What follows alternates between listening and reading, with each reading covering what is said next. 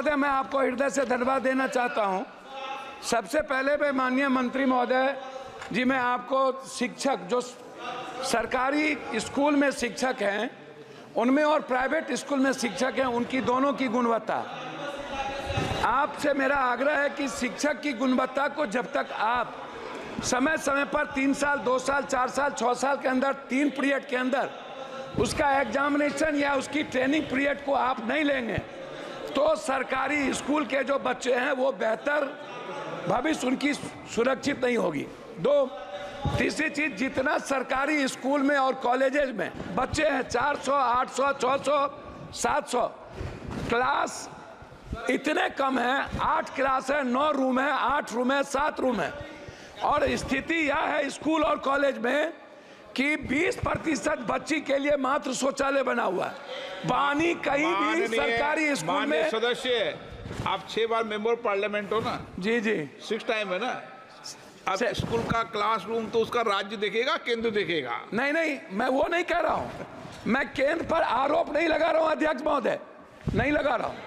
मैं क्या कह रहा हूँ, मेरा वो है, मेरा कहना यह है कि जो बिहार या देश की जो सरकारी स्थिति है, आप सबसे ज्यादा बिहार कोटा में बिहार जाते हैं पढ़ने के लिए, आपको पता है अध्यक्ष महोदय।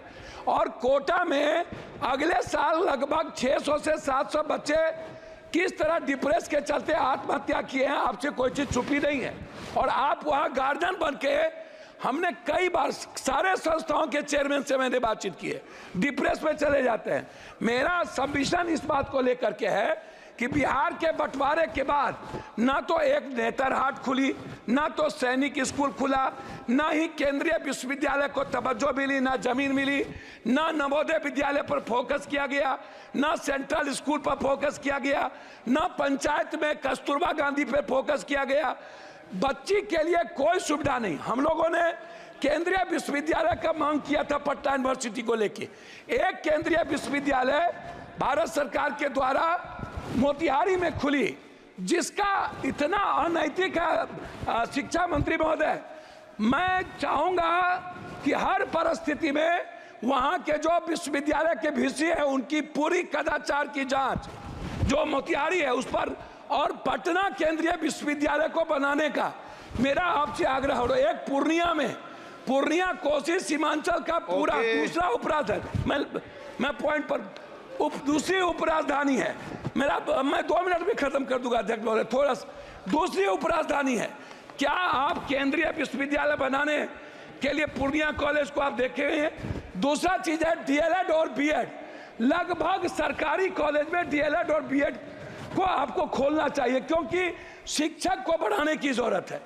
उसमें हम कस्बा में और जगह चाहते हैं, इंटर कॉलेज को हम चाहते हैं रुपौली, और साथ साथ हम चाहते हैं कोढ़ा। इंटर कॉलेज हमारे क्षेत्र में सबसे ज्यादा कम है, उसमें हम आगे आपसे आग्रह करेंगे।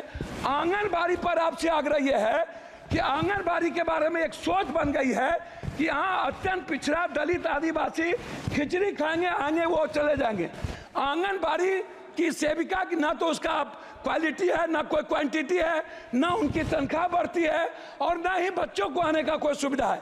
मेरा आग्रह इतना है आपसे कि जो बच्चे जाएं, जो कॉलेज के बच्चे हैं, लगभग कोचिंग के लिए बाहर जाते हैं, क्लास से बच्चे चले जाते हैं, स्कूल के बच्चे खिचड़ी खाने के बाद 80% चले जाते हैं, वो नहीं पढ़ते हैं।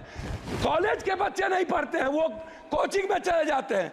ये जैसे डीपीएस है, डीपीएस पर हाई कोर्ट ने कहा है, मैं लास्ट कर रहा हूं, हाई कोर्ट का आदेश है डीपीएस पैसा बहुत ज्यादा लेता है, उसको रोक लगाया जाए, नहीं लिया जाए।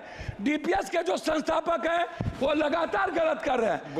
अंत में अध्यक्ष महोदय 1 सेकंड, अध्यक्ष महोदय 1 सेकंड में 2 मिनट में बात खत्म करिए तो अध्यक्ष महोदय 1 सेकंड में, अध्यक्ष महोदय 1 सेकंड। यूपीएससी, बीपीएससी या एसएससी का जो एग्जाम होता है, एग्जाम के बाद उसके जो रिजल्ट है वो 3 महीना 4 महीना बाद क्यों? इससे बच्चे के भीतर डर है कि हमारी हेराफेरी होती है। मैं चाहता हूं जिसका फॉर्म भरा जाए बच्चे का, यूपीएससी, बीपीएससी, एसएससी या कोई भी ऐसी कंपटीशन में, उसका एग्जाम हो और 15 दिनों के अंदर उसका रिजल्ट निकाला जाए। Okay. रिजल्ट निकालकर उसकी ज्वाइनिंग की व्यवस्था की जाए, तभी एग्जाम